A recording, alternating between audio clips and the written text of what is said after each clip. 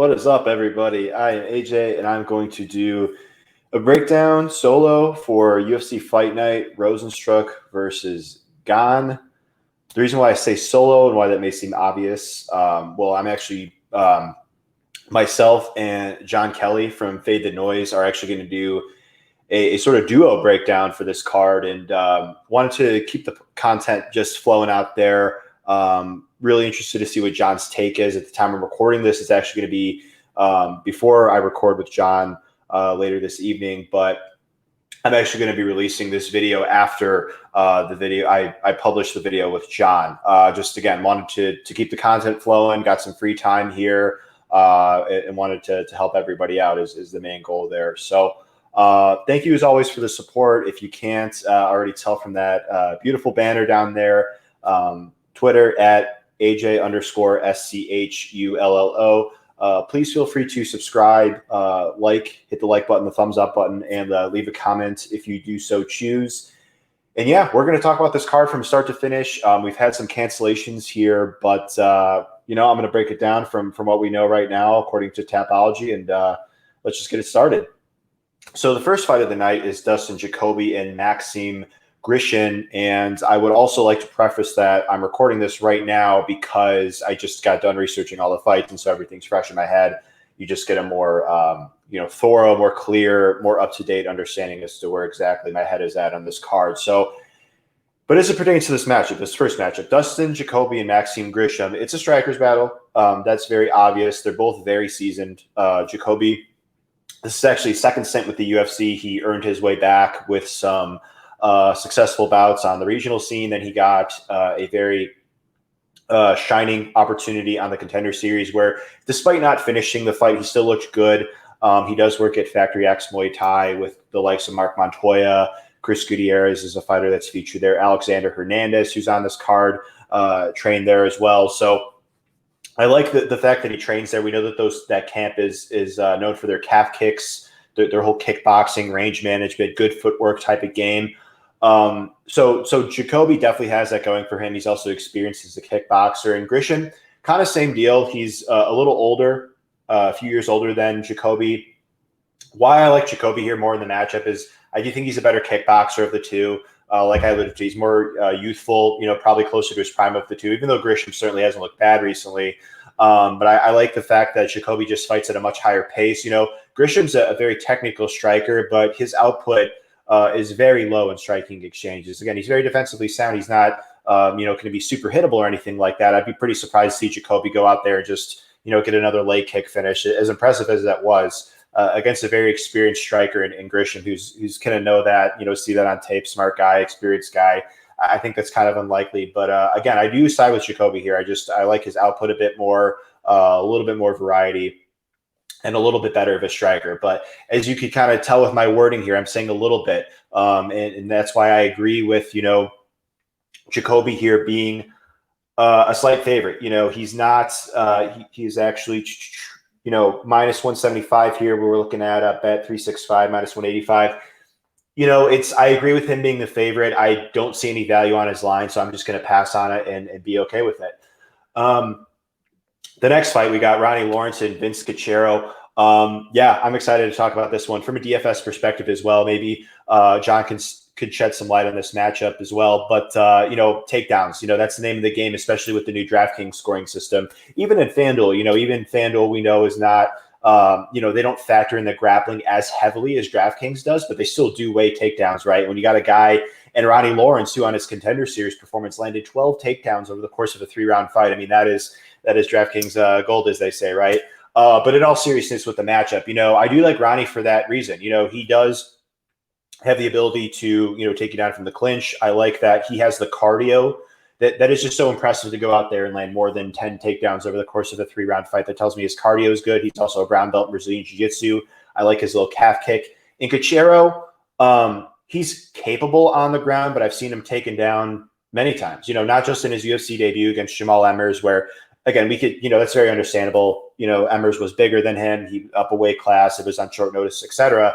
But he was also taken down easily in LFA. And so that's kind of the hole in Cachero's game that I think that Lawrence could exploit. Lawrence seems really tough. Again, I like his cardio. I like his just nonstop pace, just take you down, take you down, take you down. He took down a much bigger opponent than him when he was on his Contender Series appearance. Him and Cachero are going to be more comparable in size. So in theory, Lawrence might have an easier time taking down Cachero. So yeah, I like Cachero more in the matchup for that reason. Again, it's the takedowns. He should be able to control where the fight goes, and even on the feet, I don't think he's like going to be in any sort of serious trouble. Cachero has some power, but Lawrence, the thing with his striking is he's all the way out. He's trying to attack your leg with his low kick, or he's trying to be all the way in and try and take you down. So he's he's very aware of to where he excels, and that's always something you love to see in a fighter, that they have the the humbleness, the awareness to say, hey, this is my strength. I'm going to play to my strength in a fight, and we'll see exactly how that plays out. So I do agree with Lawrence being the favorite. And I just personally would like to pass and just see how he looks in an actual UFC octagon. These guys are just very inexperienced at this point. Let's just see how their careers develop, right? Alonzo Menefield and William Knight. Very, very interesting matchup. It's a matchup where it's just really high variance, to be honest with you. This, obviously these guys are massive, even for the standards of the light heavyweight division. Both of these guys look like they could compete in a, Mr. Olympia competition almost, right? They're just so big and strong. But while that helps in terms of your physicality in the octagon, as we've seen time and time again, it's very, very taxing on the cardio. Having big muscles requires a lot of oxygen. These fighters that, have like, seemingly endless cardio. Yeah, they're very like ripped and shredded, but they tend to not have big muscles. They're not, super, super muscular, right? So that's a concern that I have with these guys in general. Now, granted, they push through it. They push through the fatigue. They're very tough. Menefield showed that against Evan Clark. Knight showed that in his UFC debut. He pushed through the fatigue. He still went out there. He still pursued the finish, which I like with both guys. But again, it's just the fact that they're not able to fight hard for 15 minutes, fight hard in terms of like fighting at their full strength, kind of gives me pause, because again, of that muscle density that they each have. Menefield is a guy to me that is pretty much just really, really KO reliant. I like the fact that he is more UFC experienced. I do think he is a better striker of the two. I don't think he's a great technical striker, but with Knight, he just leaves his chin very high. I think Knight is very green, as is Menefield. But the thing that Knight has going for him is, I do like his understanding of jiu-jitsu concepts. Like, he will look to sink at the hooks that presented the back. He goes for the submissions, and he's just such a big, strong guy that, it helps to have good technique in terms of your jiu-jitsu, but just him being so physical, if he gets on top of one of these guys, he could, ride out the round potentially. He's got hard ground and pound. So yeah, while I don't think his technical wrestling is good enough to get Menefield down, I think that Menefield defending takedowns from Clark was a good sign. I think Clark's a better technical wrestler than Knight. But like I say, Knight is big. He's huge.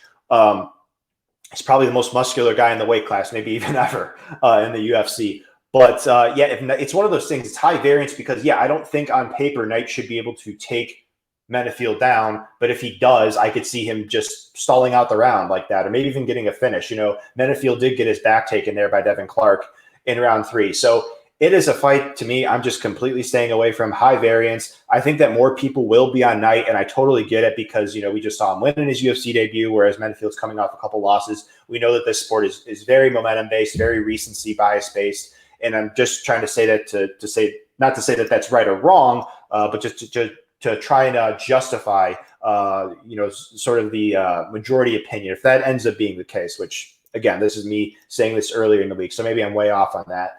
But yeah, like I say, it's a complete pass. I think both guys are generally finish reliant. I like the fact that, again, William Knight does have the technical grappling jiu-jitsu concepts, but I'm not so sure that he could be able to take Menefield down with consistency. So I'm actually going to lean here slightly with Alonzo Menefield. Potentially a fight I'm interested in for DraftKings because of the finishing upside. They're both huge guys. But I could also see a lot of clinching here, maybe them slowing down as the fight goes on. And as a result, that might not end up being a big DraftKings score. So we'll see. There's many different outcomes that this fight, I think, could play out in. And so that's why ultimately I think it's very high variance. Alexis Davis and Sabine Mazzo. I like Mazzo here. I like the fact that she's just, 13 years younger. That's something that she has going for her. She trains at King's MMA, so she's training with fighters like Marvin Vittori, Fabricio Verdum, Calvin Gastelum, etc. Rafael Cordero is an excellent coach. She's only going to get better. And I think that actually shows in her fights. Davis is on a 3-fight losing streak. And I think that the UFC's, this is like the classic prospect versus veteran type of matchup. The concern with betting Mazzo as a big favorite for me is, seeing her taken down in a couple fights, particularly like off-caught kicks, like against Justine Kish.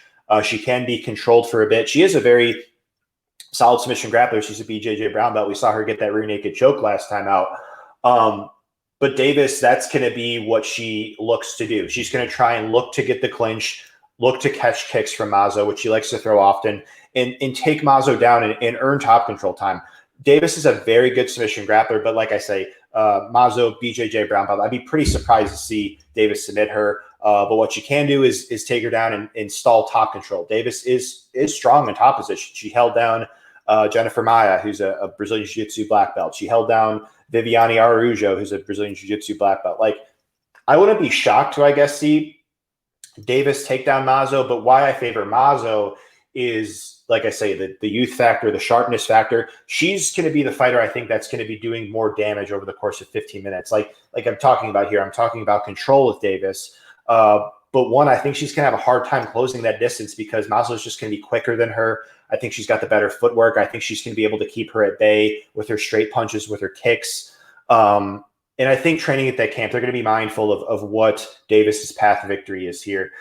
We haven't seen Davis here in a while. The last time we saw her fight was that fight against Viviane Araújo, which is almost 2 years ago now. Come to think of it, time flies. But yeah, again, I'm not saying that Davis can't win the fight. I just laid out a path to victory for her. She's going to have to try and take down Mazzo for at least 2 rounds and get some top control.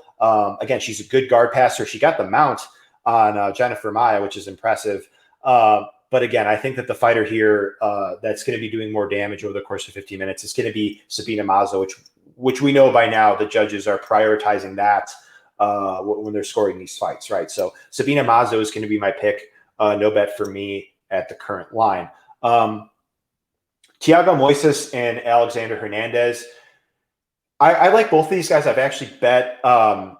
I bet on them both in the past, but I'm not betting on them against each other. And it is a fight that I think is going to be closely contested. I do favor Hernandez. I think he's a better athlete, striker, and wrestler, but it's not by like this blowout of a margin. Moises is very talented. He's coming off a couple nice wins. Again, he had his rough goings in round 1 against Michael Johnson, but he made an excellent adjustment. He listened to his corner. He went out there, pursued the submission right away, got it.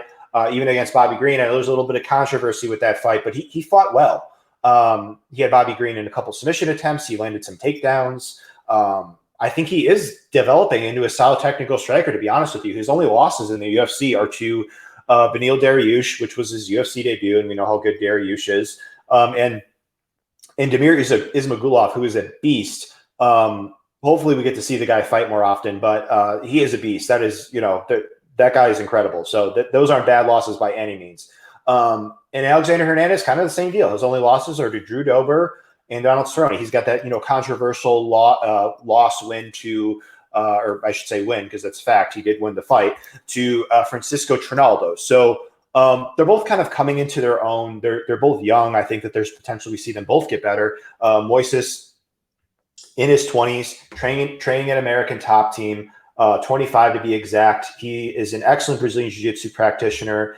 Alexander Hernandez, 28, now switching to Factory X Muay Thai, which I love that move for him. I think he needed a camp like that.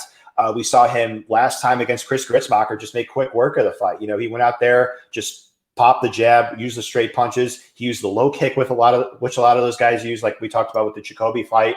I mean, he just went out there and just put a pace on Gritzmacher and then got the finish right away. So I think that the stock of both of these guys has kind of risen here. And again, like I say, I favor Hernandez, but I'm not betting him here at this line because I think Moises can make it competitive enough everywhere the fight goes to where I don't think that there's value on Hernandez, to be honest with you. Again, when I bet, and I know not everybody does this, but when I bet, I not only want to be on the fighter that I think wins, but I want to be on a bet that I think has value. I think that the odds should be wider than where they currently sit. And there's a couple of fights like that on the card that we'll get to. I do have 2 bets at the time I'm recording this, but this is not the spot for me. I'm going to sit back. I'm going to enjoy 2 talented prospects fight each other, and we'll see what happens. I think they could both push each other, and it should be fun for 15 minutes. I'm not sold on a finish here either way, even though Moises comes from a high Brazilian Jiu-Jitsu background. Hernandez is a brown belt in Brazilian Jiu-Jitsu. He is a good wrestler, good grappler, good athlete. So, and neither guy's a huge knockout threat. They're both generally durable. I know Hernandez was finished via strikes by Cerrone and Dober, but it was more so accumulation rather than, he's got like a bad shin or anything like that. So yeah, I think it's going to go off. I think it's going to play out for 15 minutes, and I think they're both going to test each other. So I think it should be a fun fight. Alex Caceres and Kevin Croom. It's tough for me to bet Caceres as a big favorite, really, in most matchups. And it's because, again, he's a very tested UFC fighter. He's gone out there and competed with the likes of, Uriah Faber, Yair Rodriguez, all these guys, he's gone out there and did the thing, been there, done that so many times as Caceres. But he generally fights competitively with a lot of opposition. Now, I know in these, these 2 most recent bouts here, he's won convincingly, right? He went out there and got a finish against Austin Springer in the first round. And then before that, it was a decision win against Chase Hooper, but he still went out there and won clear. That's a good sign for Caceres. Cause we're going back before, okay, the Peterson fight, it was a unanimous decision win on paper for him. It was a solid performance and everything, but it still did get a little dicey for him. Peterson took his back. Peterson took him down. He was able to initiate the clinch, which is, potentially a problem that he may face here in this matchup. Same thing with the Martin Bravo fight. He got taken down by Bravo. It was a split decision there. Same thing with Wayne Guan, split decision against Yair Rodriguez. So we're almost kind of having the same conversation that we had with Drakkar Klose last week against Luis Pena, where it's like, yeah, I mean, I liked the guy to win in that matchup, but could I bet him at that price knowing that he has this reoccurring history of fighting very competitively with the opposition? No. And again, I'm still picking Caceres to win. I like that he's more experienced. I think he's the better striker. I think that, he's probably the better pure grappler of the 2. That might be a little bit of a hot take. I know that he's been submitted in some of his losses, and I don't like how he gets his back taken a lot, but Croom has been submitted plenty of times too. He's coming off that very nice submission win that he got in his debut against Roberts after rocking him with a punch. But we're looking at his record here. He's been submitted here in 2018, here in 2018 again, 2016. We're going back a ways, but it's not as if like, Caceres is the only guy in this matchup that could get submitted, right? Based off the footage that I've seen, I think Caceres is a better striker, the better athlete, the better grappler.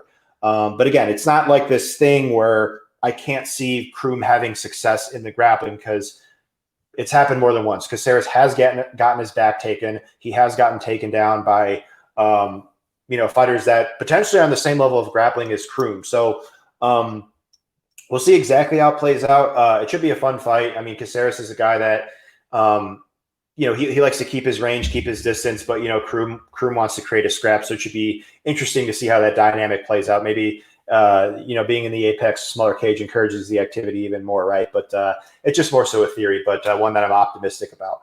But yeah, I'm picking Caceres here, but I'm not going to bet him. All right, and then we've got we're all the way on to this is actually the second fight of the main card here. That one got moved up, but yeah, the Caceres Croom was first fight of the main card. This is the second fight of the main card, and I'm referring to Angela Hill and Ashley Yoder. These 2 actually fought once before. It was a few years ago, and Hill pretty much won clear. She got taken out a couple times, but she worked back up just fine, and she just proved to be the better striker. And I don't really see the matchup as too differently here. I bet Yoder against Miranda Granger. I thought that was a good matchup for her, but she's going to need to try to take down Hill, I think, consistently, and either submit her or just take her down, kind of like what we laid out with Alexis Davis. Take her down for at least 2 rounds and ride out top control. It's not like it can't happen, but I would argue that Hill's defensive grappling has improved quite a ways referring specifically to the Randa Marcos fight. She's actually gotten quite a bit better as a grappler, just both in terms of just her takedown defense and also just how she defends on the mat. Obviously, she could still be held down. We saw her held down by Claudia Gadelha in round 1. We saw her held down by Michelle Waterson in round 3. But what I like about her is that, like, it's pretty much just top control from these women, even these women that are very capable grapplers in Waterson and Gadelha. You know, she didn't really let either of them land any significant damage on her. So Yoder, and Yoder isn't like, I mean, yeah, Yoder does look to pass. Like she occasionally looks for ground and pound, but she's not like this. She hasn't at least shown recently to go out there and just, you know, relentlessly go for ground and pound. She more so prioritizes position and submission, or position and then, you know, looking for the submission if it presents itself, without losing dominant position. Like, for instance, in that Granger fight, she got the mount. She was able to get Granger's back, and then she looked for the rear naked choke, right? So that's kind of where I'm at, right? Like, I don't think the matchup changes all too much. Yoder's got some reach on her, but she's not the better striker. Hill's just the better striker, better footwork, better technique, better volume, and that should be enough for her to win. Like I say, Yoder can take her down. She has some different trips in the clinch that she could use, but I generally am of the mindset that Hill's defensive grappling has improved quite a ways, and it could potentially be an even more clear win for her this time because of the improvements that she's made. So we'll see. I think they're both going to be fired up here. You know, Hill's coming off a couple, you know, split decision losses. Yoder's coming off a win. So we'll see exactly how it works. But I'm going to side here with Angela Hill. I think she rolls. Pedro Munoz and Jimmy Rivera. We broke this one down before, but I'll just share my thoughts again. Basically, I think Rivera should be favored.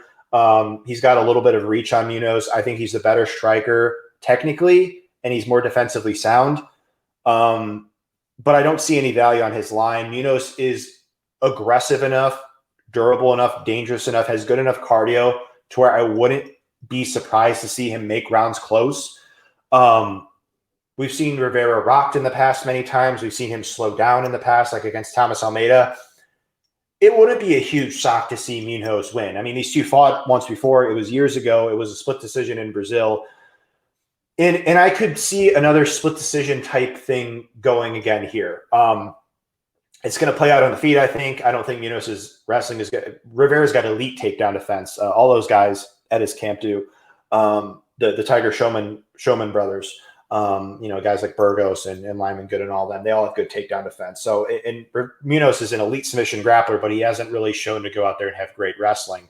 So it's going to play out on the feet, where, again, I just think that the better defense, the better technique, and some reach for Rivera should help him win the aggregate of those exchanges. So again, it's Rivera for me as far as a pick. And Montana De La Rosa and Mayra Bueno Silva, this is actually a bet that I just placed. I actually just bet Montana De La Rosa. I like her in the matchup. I do. Bueno Silva, I think, in terms of the striking, Bueno Silva has a good low calf kick. We saw Araujo have success with that against De La Rosa. And she is aggressive. She throws hard as Bueno Silva. But I think De La Rosa is pretty clearly the better technical striker. Her striking looked much better last time out against Araujo. And she just moved out to, or not just, but, you know, prior to that fight, she moved out to Team Elevation Fight Team with, you know, Dober, Gaethje, Usman, Sanhagen, Rose. Like, the list goes on and on of the talented fighters that are there. So I think because that move combined with her age, she's very young, has a good trajectory for her career. The striking looked better there in terms of, again, her technique. Her counters looked better. She incorporated feints. She was even switching stances a little bit.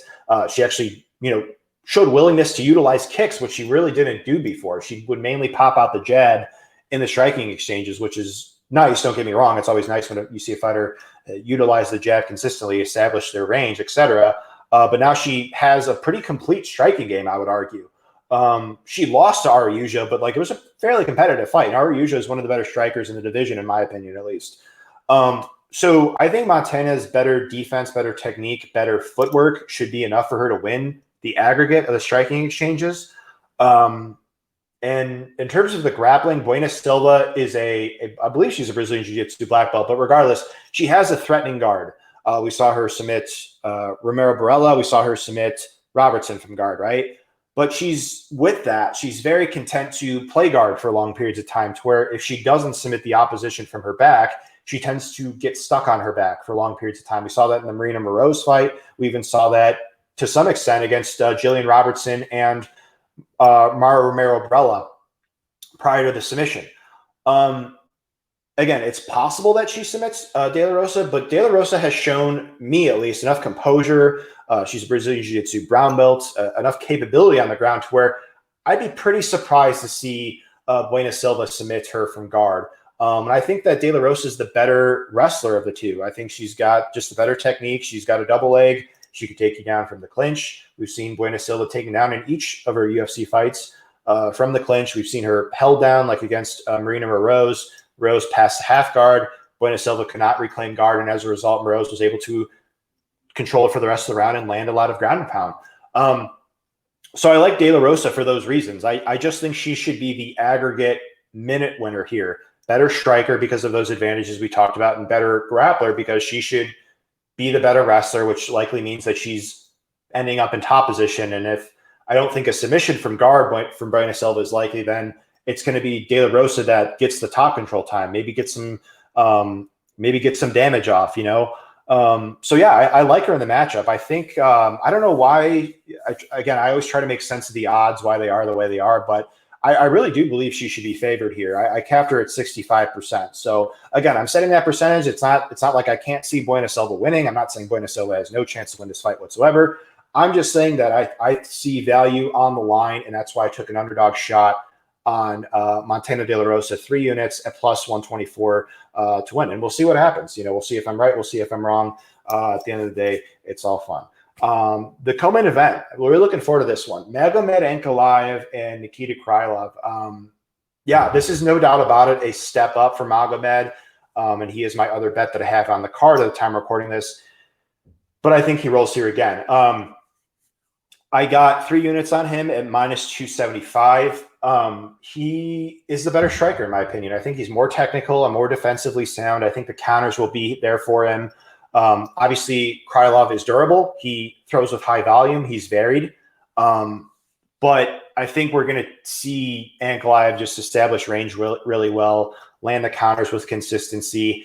And I wouldn't be surprised to see him hurt Krylov, to be honest. I mean, he knocked out Kudalaba, who's not an easy guy to knock out last time out. Prior to that fight, over a fairly large sample size, Kudalaba had not been knocked out or really hurt in the UFC. So Ankalaev, he's got that, he's obviously got power, but he's also got that precision, right? Like that Israel Adesanya, Stephen Thompson type precision where he just hits you with this like perfect shot, right? So I think those will be there for him. And I even think he could have success with the grappling. I know that he's not the guy he hasn't shown to be the guy in the UFC, at least to go out there and just shoot 10 takedowns or whatever over 15 minutes. But Krylov has shown really susceptible takedown defense in more than one fight against Blachowicz, against Sarkinov, against Teixeira. We've seen him taken down. We've seen him get his guard passed.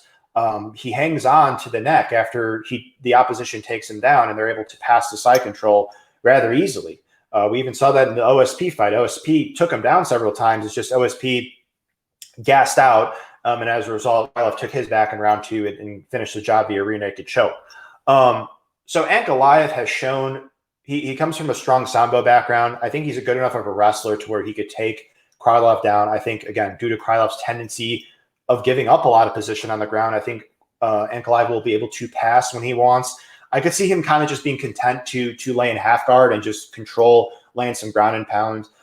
He has gotten a lot of stoppage wins on the ground, a lot of TKOs as Ankalaev. The dude could definitely throw some heat on the ground, no doubt about it, in addition to the striking. So that's why I like him here. Even as a big favorite, I thought that there was some value. I capped him minus 400, which implies an 80% chance to win. It's kind of like the De La Rosa logic, but I think it should almost be like more clear for Ankalaev. I think he's just a much better grappler, a much better striker. And Krylov has to kind of just, I think, catch him with something like a sub from guard on the ground, like we saw Craig do to Ankalaev, or maybe he just randomly knocks out Ankalaev on the feet. I mean, again, possible, but with Ankalaev's very good defense and range management, seems unlikely. and then maybe Krylov just, for whatever reason, is able to land more than Ankalaev on the feet, and that, makes the judges think that he's being the more effective striker. But that seems like just a lot of hurdles to climb. I don't think with Ankalaev's countering proficiency, his range management, just his technique as a striker, I just don't think that he's going to allow Krylov to really land on him with frequency because of those reasons. So I'm very high on Ankalaev. A lot of people have said on Twitter, and I agree with them, that he could potentially be the future champ of this weight class. We'll see exactly what shakes out. I do think he's very talented, exceptionally well-rounded. This is definitely a stiff test for him, so I'm interested to see how it plays out. And then we've got the main event, Cyril Gane and Jairzinho Rozenstruik. Love it. I love the booking. This is another heavyweight fight night headliner.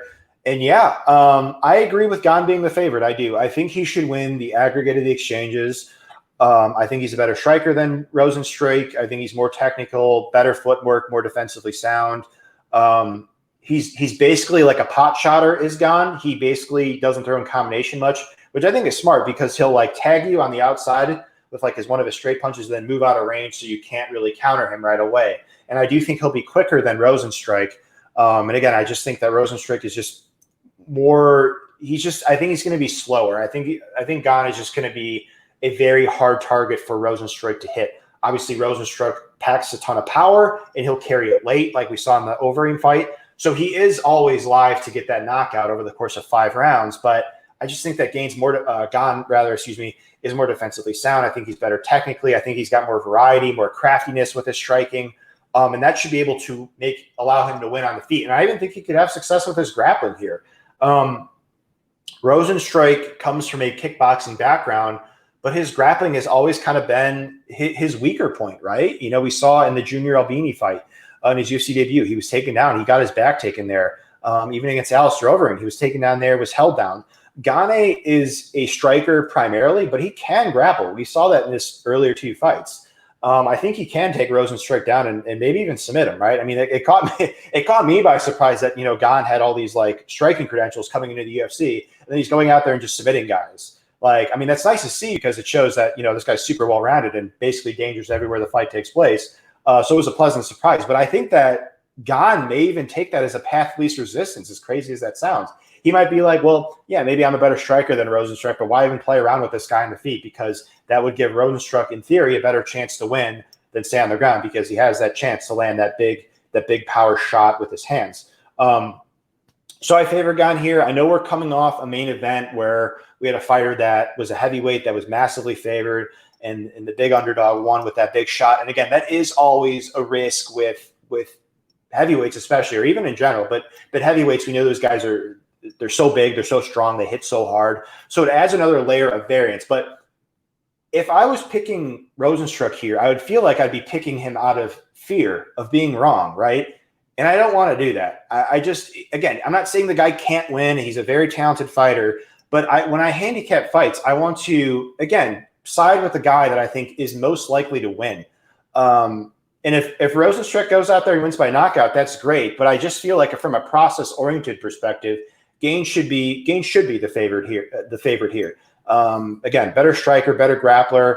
I think he's got all the technical advantages, to be honest with you. So regardless, it's a very compelling heavyweight fight. I think we could see the winner here face Derek Lewis or Alexander Volkov. Does that sound fair? Let me know what you guys think in the comments section. But yeah, I know we obviously the first heavyweight headliner in this consecutive span of a heavyweight fight night headliners was Volkov, obviously getting that nice win against Overeem, and then obviously last week we saw Lewis get the win against Blades. So we're kind of in this sort of traffic jam at the top of the heavyweight division, right? We got Francis fighting Stipe here, which is definitely very interesting, and that should help the division paint some more clarity. But also we got this fight, and then we could potentially match the winner or loser of these fights with the guys that won and lost, I guess you could say, that the last couple UFC fight night headliners. So I think this fight has a lot of implications, to be honest with you, as do a lot of these other fights on the card. So I'm really looking forward to the event. Thank you guys so much for tuning in. I really appreciate the support. Again, my name is AJ, and this is my predictions breakdown video for UFC Fight Night, Cyril Gane versus Jairzinho Rozenstruik. If you like this sort of content, feel free to subscribe. Feel free to hit the like button below, the thumbs up, and feel free to leave a comment. You can follow me on Twitter at AJ_SCHULLO. My website is www.ajmmabetting.com. You could subscribe to the mailing list there, and upon a subscription, you will receive an email automation of all the bets and the breakdowns that I have for this card and all other upcoming cards. I have bets placed all the way until April, so I'm doing the work. I'm getting myself ahead of time here, preparing and whatnot, just to make sure that I'm not procrastinating and that sort of thing, because I truly am passionate about this. But that's enough for me. I wish you the best of luck on the event, and have a good day.